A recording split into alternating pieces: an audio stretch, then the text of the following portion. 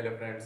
तो हमने इसके जस्ट पहले वाली वीडियो में मींस डाइजेस्टिव सिस्टम पार्ट 2 में हमने डिस्कस किया था। सभी पार्ट्स को कहा था कि डिस्कस करेंगे विद डिटेल। तो उनमें से हो गए थे एक तो माउथ, बकल कैविटी, और बकल कैविटी के अंतर्गत आने वाले जो पार्ट्स थे जैसे कि एक था पैलेट, पैलेट के बाद टंग और टंग के बाद टीथ। इन सब को हमने डिस्कस किया था। टीथ और डेंटल फार्मूला ये सब हमने डिस्कस कर लिया था उस दिन। अब अगला पार्ट आता है फेरिंग्स।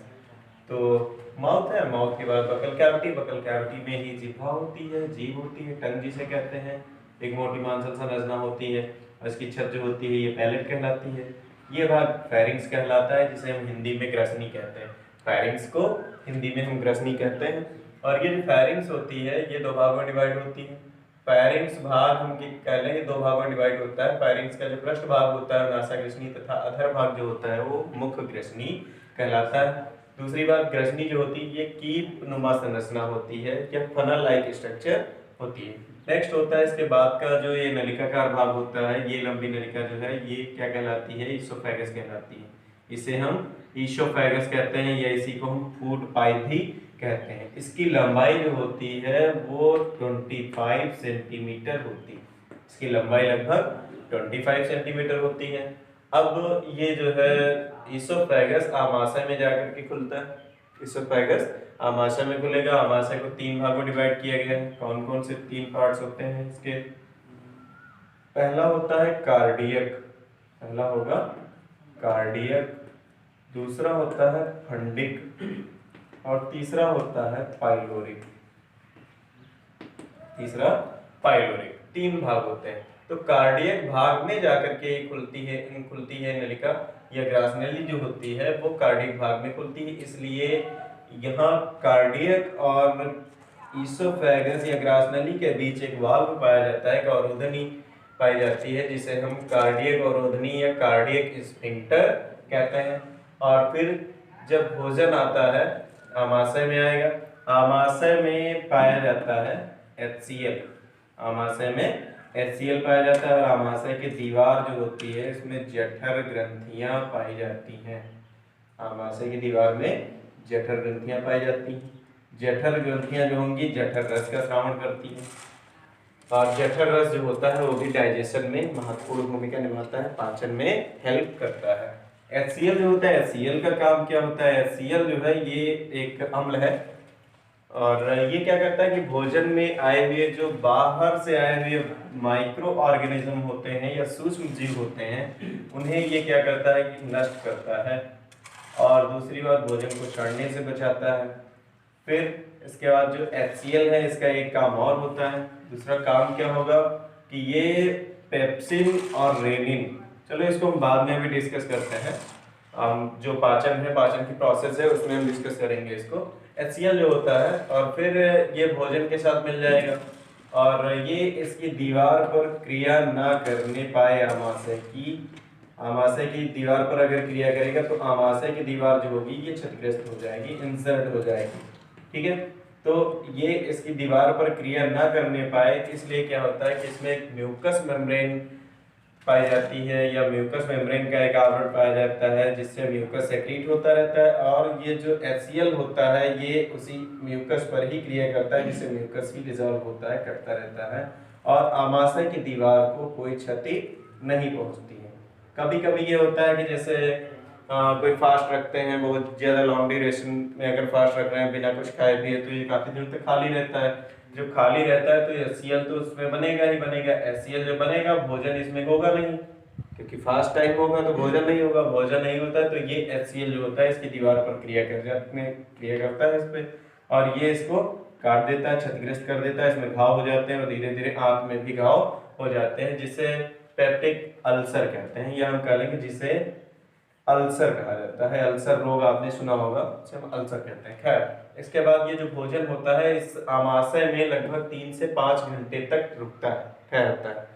ठीक है, और फिर आमाशय में जब भोजन 5 घंटे तक रुकेगा और इसमें कुछ क्रियाएं होती रहती हैं और फिर ये भोजन जो होता है हल्के भूरे रंग की जो है लुगदी के रूप में कन्वर्ट हो जाता है, लुगदी या काइम के रूप में, इसे हम काइम कहते हैं।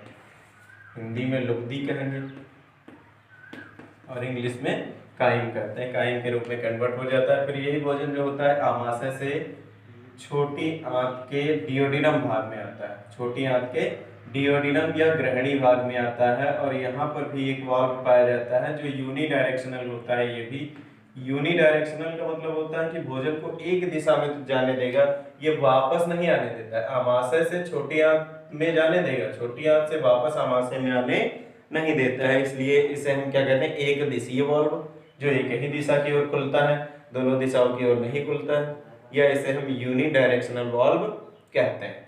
ठीक है, या फिर और इसका नाम क्या दिया, नाम क्या देंगे इसको हम, क्योंकि ये पाइलोरिक भाग है आमाशय का और ये डियोडिनम है, तो पाइलोरिक भाग में पाया जा रहा है, इसलिए इसे हम पाइलोरिक स्फिंक्टर कहते हैं। जैसे यहाँ पर कार्डियक भाग में था ये, तो ये कार्डियक स्फिंक्टर कहलाता था, वैसे ही यहाँ पर ये पाइलोरिक भाग में है, तो इसे हम पाइलोरिक स्फिंक्टर कहते हैं। फिर भोजन इसके बाद यहाँ से जो है आगे आएगा और आगे की ओर बढ़ता हुआ छोटी आंत से, और फिर छोटी आंत के डियोडिनम भाग में, डियोडिनम जो होती है, डियोडिनम की लंबाई जो होगी वो 25 से 38 सेंटीमीटर होती है लगभग। ठीक है, डियोडिनम की लंबाई जो होती है लगभग 25 से 38 सेंटीमीटर होती है। और जेजुनम जो होता है इसकी लंबाई जो होती है 3.5 होती है, सॉरी 2.5 होगी ये, और ये 3.5 मीटर। इसको हम ये लिख दें यहाँ पे ब्रैकेट में, ये क्या होता है 3.5 मीटर।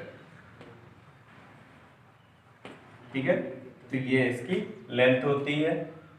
छोटी आंत वैसे जो है, छोटी आंत को हम कहते हैं कि छोटी आंत जो होती है इसकी लंबाई 6.5 मीटर होती है, 6.5 मीटर होती है। ये लंबाई में सबसे अधिक होती है, लेकिन लंबाई में सबसे अधिक होती है, लेकिन इसे छोटी आंत क्यों कहा जाता है, क्योंकि ये पतली होती है, इसका जो डायमीटर होता है, मतलब व्यास जो होता है वो कम होता है, एक पतली नलिका होती है, इसलिए इसे हम छोटी आंत कहते हैं। और ये 3 भागों में डिवाइड होती है। पहला भाग डियोडिनम कहलाता है, जिसकी लंबाई जो होती है 25 to 38 सेंटीमीटर होती है।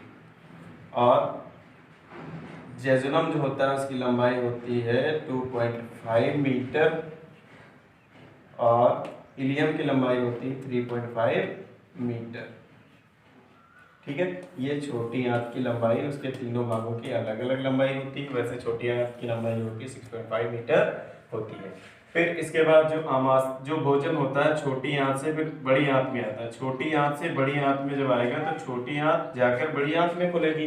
छोटी आंत और बड़ी आंत का जो संधि स्थल होता है, छोटी आंत तथा बड़ी आंत का जो संधि स्थल होता है, वहां पर भी एक वाल्व पाया जाता है। ये भी एक दिशीय वाल्व होता है। इस वाल्व को हम कहते हैं इलियोसीकल वाल्व। इस वाल्व को क्या कहेंगे, इलियोसीकल वाल्व, या हिंदी में शेषांत्र उंडकीय कपाट कहते हैं, इलियोसीकल वाल्व कहते हैं। तो ये जो वाल्व होता है, फिर यहाँ इसके द्वारा भोजन जो होता है बड़ी आंत में आता है, बड़ी आंत के सीकम भाग में आता है। ये इलियम भाग है छोटी आंत का, ये बड़ी आंत का सीकम है। इलियम और सीकम के बीच में वाल्व पाया जाता है, इसलिए इसे हम इलियोसीकल वाल्व कहते हैं। फिर हम देखते हैं कि जो सीकम भाग होता है, ये बड़ी आंत का सीकम भाग होता है। यहाँ से ये बड़ी आंत का सीकम भाग कहलाता है। सीकम भाग में लगभग 9 सेंटीमीटर लंबी, लगभग 9 सेंटीमीटर लंबी एक नलिका निकली हुई होती है, बंद नलिका निकली हुई होती है, जिसे हम वर्मीफॉर्म अपेंडिक्स कहते हैं। ये एक अवशेषी अंग के रूप में विद्यमान होती है हमारे शरीर में, जिसकी लंबाई लगभग 9 सेंटीमीटर है। ये हमारे पूर्वजों में सर्वाधिक विकसित होती थी, और इस समय जो है धीरे धीरे इसका ह्रास होता जा रहा है, मतलब ये छोटी होती जा रही है, बंद नलिका के रूप में होती। कभी कभी इसमें इन्फेक्शन हो जाता है कि किसी प्रकार की कोई गंदगी भर जाने से क्या होता है कि इसमें इन्फेक्शन हो जाता है। तो इन्फेक्शन जब होता है उस कंडीशन को हम अपेंडाइटिस कहते हैं, उस कंडीशन को अपेंडाइटिस कहते हैं। ठीक है, और इसके बाद फिर भोजन जो होगा बड़ी आंत के सीकम भाग से, और फिर ये कोलन होता है, बड़ी आंत का ये कोलन भाग है। बड़ी आंत को भी हम 3 भागों में डिवाइड करते हैं, बड़ी आंत को 3 भागों में डिवाइड करते हैं, मतलब लार्ज इंटेस्टाइन ये जो होती है 3 भागों में डिवाइड होती है। पहला क्या होता है, सीकम, कोलन और रेक्टम, 3 भाग होते हैं इसके। सीकम, कोलन और रेक्टम। तो सीकम भाग जो होता है ये सीकम भाग है, और कोलन भाग जो होता है ये बड़ा होता है, और इसे हिंदी में हम बृहदांत्र कहते हैं, हिंदी में बृहदांत्र कहते हैं। और फिर कोलन के आगे का भाग जो होता है ये थैलीनुमा संरचना जो होती है ये रेक्टम कहलाती है, या इसे हम मलाशय कहते हैं। भोजन जो होगा वो पास होता है बड़ी आंत के जो है सीकम से कोलन में, कोलन से फिर रेक्टम में आता है। रेक्टम में जब भोजन आएगा तो इसमें भोजन से जो जल की मात्रा होती है वो अवशोषित होती रहती है रेक्टम की दीवार से, और इसमें कुछ बचे हुए जो अपशिष्ट या अपचित पदार्थ होते हैं या हानिकारक वर्ज्य पदार्थ होंगे हमारे शरीर में जिनका पाचन नहीं हो सका है, उन्हें एनएस के द्वारा, एनएस के थ्रू बॉडी से बाहर निकाल दिया जाता है। ठीक है, तो इस प्रकार से ये डाइजेस्टिव सिस्टम कंप्लीट होता है। और यहाँ पर ये जो कोलन भाग होता है, कोलन में भी ये उभार पाए जाते हैं। ये बड़ी आंत में जो उभार होते हैं, बड़ी आंत में पूरे में उभार है, उभार युक्त है संरचना। ये जो उभार पाए जाते हैं इन उभारों को हास्ट्रा कहते हैं, इन उभारों को हास्ट्रा कहते हैं। बहुत ज्यादा पूछा जाने वाला क्वेश्चन है, और तो इस उभार को हम क्या कहेंगे, हास्ट्रा कहते हैं। ठीक है, तो इस तरह ये हमारा डाइजेस्टिव सिस्टम कंप्लीट होता है। तो देखेंगे यहाँ पे पोषण के चरण, स्टेप्स ऑफ न्यूट्रिशन, ये कौन कौन से होते हैं। पोषण के चरण जो होते हैं, जैसे पहला होता है इंजेशन,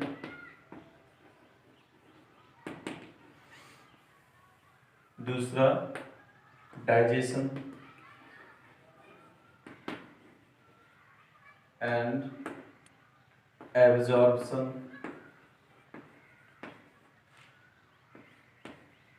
एब्जॉर्प्शन, एंड थर्ड जो होता है वो एसिमिलेशन होता है, एसिमिलेशन, एंड फिफ्थ इजेशन। ठीक है, अंतर्ग्रहण या इजेशन क्या होता है, मतलब intake of food, intake of food, intake मतलब भोजन को ग्रहण करना। बाह्य वातावरण से भोजन को ग्रहण करने की क्रिया जो होती है वो अंतर्ग्रहण या इनटेक कहलाती है, इंजेशन कहलाती है। अगला होता है डाइजेशन। डाइजेशन क्या होता है, हम लोग इसके पहले जान चुके हैं कि डाइजेशन क्या है, conversion of complex food particle into simple food particle is called digestion. Means जटिल भोज्य पदार्थों को सरल भोज्य पदार्थों में तोड़ने की जो क्रिया होती है वो पाचन कहलाती है। फिर अगला जो स्टेप होता है वो क्या होता है, एब्जॉर्प्शन या अवशोषण। अवशोषण का मतलब क्या है, अवशोषण मतलब पचित भोज्य पदार्थ, पचित भोज्य पदार्थ ये जो होते हैं ये रुधिर में, रुधिर के द्वारा या रुधिर वाहिनियों के द्वारा अवशोषित किए जाते हैं। हम ये कह लें कि जो आंत होती है, माना कि ये आंत है, तो आंत में एक संरचना जो होती है उंगली लाइक, उंगली जैसी या फिंगर लाइक स्ट्रक्चर पाई जाती है। इसे हम क्या कहते हैं, इस एक इकाई को हम रसांकुर कहते हैं, एक इकाई को रसांकुर कहते हैं। छोटी आंत की जो आंतरिक कला में पाए जाते हैं ये उंगली सदृश उभारनुमा संरचना होती है जिसे हम रसांकुर कहते हैं। ठीक है, अब ये जो उभार होते हैं, पहली बात तो इनका काम क्या होता है, ये जो आंत है ये आंत का छोटा सा टुकड़ा हमने ले लिया, और उसको जब देखेंगे कि अंदर स्टडी करेंगे, उसके इंटरनल स्टडी में देखेंगे कि क्या होता है, कैसे स्ट्रक्चर होता है, तो उसमें ये उभार दिखते हैं। इन उभारों को, इन फिंगर लाइक स्ट्रक्चर्स को हम कहते हैं रसांकुर या इंग्लिश में विलाई कहते हैं। फिर ये जो विलाई होते हैं ये क्या होगा कि इसमें जो पास होने वाला जो भोजन होता है, जो भोजन होगा उससे पचित भोज्य पदार्थों को अवशोषित कर रुधिर वाहिनियों तक पहुंचाने का काम करते हैं, रुधिर वाहिनियों में पहुंचाने का काम करते हैं। तो ये क्रिया अवशोषण कहलाती है। जैसे इसमें निकलने वाला जो पास होने वाला जो भोजन होता है वो क्या होता है, पहली बात तो ये रसांकुर जो होते हैं लहराते हुए रहते हैं। ये जो भी भोजन होता है, जो भी फ्लूइड इसमें फ्लो हो रहा होता है उसको अंदर की ओर धकेलने का काम करते हैं। और फिर ये क्या करेंगे कि इसमें जिससे जो भोजन है तो इससे पचित भोज्य पदार्थों को अवशोषित करते हैं और पचित भोज्य पदार्थों को अवशोषित करने की क्रिया यही क्या कहलाती है, अवशोषण कहलाती है। इनका प्रमुख कार्य क्या होता है, या हम कह लें कि इनका महत्व क्या होता है। इनका महत्व जो होता है, ये भोजन के ये आंत में अवशोषण क्षेत्र को बढ़ा देते हैं, आंत में अवशोषण क्षेत्र को बढ़ा देते हैं। ठीक है, अगला जो होता है एसिमिलेशन। एसिमिलेशन का काम क्या होता है, एसिमिलेशन क्या है, इसका क्या मतलब होता है। जैसे भी रसायनकुर के द्वारा भोज्य पदार्थों का अवशोषण होता है और अवशोषित भोज्य पदार्थों का ब्लड के माध्यम से या ब्लड के द्वारा पहुंचकर कोशिकाओं के जीवद्रव्य में विलीन होने की जो क्रिया होती है वो एसिमिलेशन या स्वांगीकरण कहलाती है। एसिमिलेशन या स्वांगीकरण कहलाती है। स्वांगीकरण मतलब पचित भोज्य पदार्थों का अवशोषित होकर रुधिर के द्वारा पहुंचकर कोशिकाओं के कोशिका द्रव्य में विलीन होने की क्रिया जो होगी वो स्वांगीकरण कहलाती है। अगला इजेशन। इजेशन का मतलब क्या होता है, जो अनडाइजेस्टेड फूड पार्टिकल्स होते हैं। अनडाइजेस्टेड मतलब अपचित भोजन। अपचित भोजन जो होता है उसका बाहर निकलना, उसका बाहर निकलना है, उसको बाहर निकालने की जो क्रिया होती है वो इजेशन कहलाती है। ठीक है, तो ये इतने इसके स्टेप्स होते हैं, ये कंप्लीट होते हैं। अब हम लोग जो है नेक्स्ट वीडियो में डिस्कस करेंगे डाइजेस्टिव ग्लैंड्स के अबाउट। हाँ, एक चीज अभी हमने कहा था कि जो जैसे पाचन है, तो पाचन में हमने बताया था कि जो HCl होता है, HCl का काम कि HCl क्या होता है कि जो जठर रस होगा, जठर रस में एक एंजाइम पाया जाता है पेप्सिन। और इसके पहले भी हम लोग डिस्कस करते हैं कि पाचन जो होता है मतलब विभिन्न भागों में पाचन। तो विभिन्न भागों में पाचन कहाँ कहाँ, जैसे डाइजेशन है तो ये कहाँ, मुख गुहा में पाचन, मुख गुहा में पाचन। तो मुख गुहा में पाचन किस प्रकार से होता है ये हम लोग देखते हैं। मुख गुहा में क्या होता है कि जब भोजन को चबाते हैं तो उसमें लार निकलती है और लार आकर के भोजन में ठीक प्रकार से मिक्स हो जाती है। लार में उपस्थित जो टाइलिन एंजाइम होता है, लार में उपस्थित जो टाइलिन एंजाइम होता है ये क्या करता है, इसमें स्टार्च पर क्रिया करके या स्टार्च को माल्टोज में कन्वर्ट कर देता है, या हम कहते हैं कि शुगर में कन्वर्ट कर देता है। ठीक है, तो ये इसका टाइलिन का काम होता है, टाइलिन। ठीक है, अगला होता है जैसे ये मुख गुहा में पाचन हो गया। मुख गुहा में पाचन के बाद आता है ग्रास नली में पाचन, ग्रास नाल में पाचन कह लें हम उसको, ग्रास नाल में पाचन। तो ग्रासनाल में पाचन किस प्रकार से, देखो ग्रासनाल में किसी प्रकार का कोई पाचक एंजाइम नहीं निकलता है, ग्रासनाल में किसी प्रकार का कोई पाचक एंजाइम नहीं निकलता है। तो ग्रासनाल में सिर्फ भोजन वही पास होता है जो मुख गुहा से आगे की ओर निकलते हैं, वही खाली ग्रास नली के द्वारा आमाशय तक जाता है। तो इसमें पाचन कैसा होगा, पाचन कोई पाचक एंजाइम नहीं होता, किसी प्रकार की कोई पाचन क्रिया नहीं होती है। लेकिन जो टाइलिन एंजाइम होता है जो भोजन में मिल चुका होता है, पहले से मिक्स हो गया होता है, ये टाइलिन जो होता है ये स्टार्च पर बराबर क्रिया करता रहता है और वो ग्रासनाल में भोजन जब खिसकता है तब भी ये टाइलिन जो होता है उस पर क्रिया करता रहता है। बाकी इसमें किसी प्रकार का कोई पाचक एंजाइम जो है वो नहीं निकलता है। फिर अगला क्या होता है, आमाशय में पाचन। आमाशय में पाचन, आमाशय में पाचन जो होता है, आमाशय में पाचन किस प्रकार से होगा, देखिए आमाशय में भी जठर रस होता है, जठर रस स्रावित होता है, जठर रस में भी कुछ एंजाइम्स पाए जाते हैं। जो एंजाइम्स होते हैं वो कौन कौन से होंगे, एक तो होता है पेप्सिन और दूसरा होता है रेनिन, पेप्सिन और रेनिन।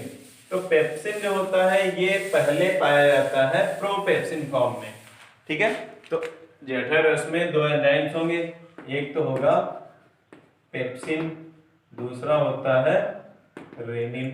ठीक है, तो पेप्सिन जो होता है वो प्रोटीन का पाचन करता है, पेप्सिन जो होगा वो प्रोटीन का पाचन करेगा, और रेनिन जो होता है वो मिल्क का पाचन करता है।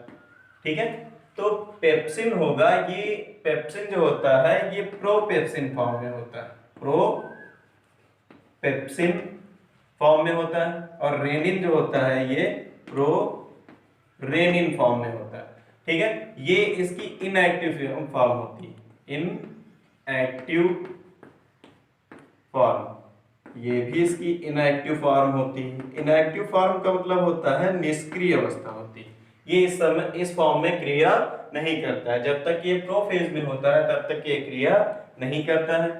प्रोपेप्सिन जो होता है ये HCl के संपर्क में जब आता है, और प्रोरेनिन भी जब HCl के संपर्क में आएगा तो ये अम्ल से क्रिया करके क्या होता है, ये एक्टिव फॉर्म में आ जाता है, मतलब पेप्सिन में बदल जाता है। प्रोपेप्सिन जो होगा, अभी हम कह रहे थे कि ना पेप्सिन, जो प्रोपेप्सिन होता है, प्रोपेप्सिन ये HCl से क्रिया करके पेप्सिन में कन्वर्ट हो जाता है, ठीक है। और प्रोरेनिन जो होता है ये भी HCl से क्रिया करके ये रेनिन में कन्वर्ट हो जाता है। प्रोपेप्सिन फॉर्म जो होती है वो इनएक्टिव फॉर्म होती है, प्रोरेनिन फॉर्म होगी वो भी इनएक्टिव होती है, लेकिन जो प्रोपेप्सिन जब पेप्सिन में कन्वर्ट होता है तो इसकी ये एक्टिव फॉर्म होती है, और ये भी इसकी एक्टिव फॉर्म होती है, ठीक है। ये जो होता है ये प्रोटीन को, पेप्सिन जो होगा ये प्रोटीन को पेप्टोन्स में बदलता है,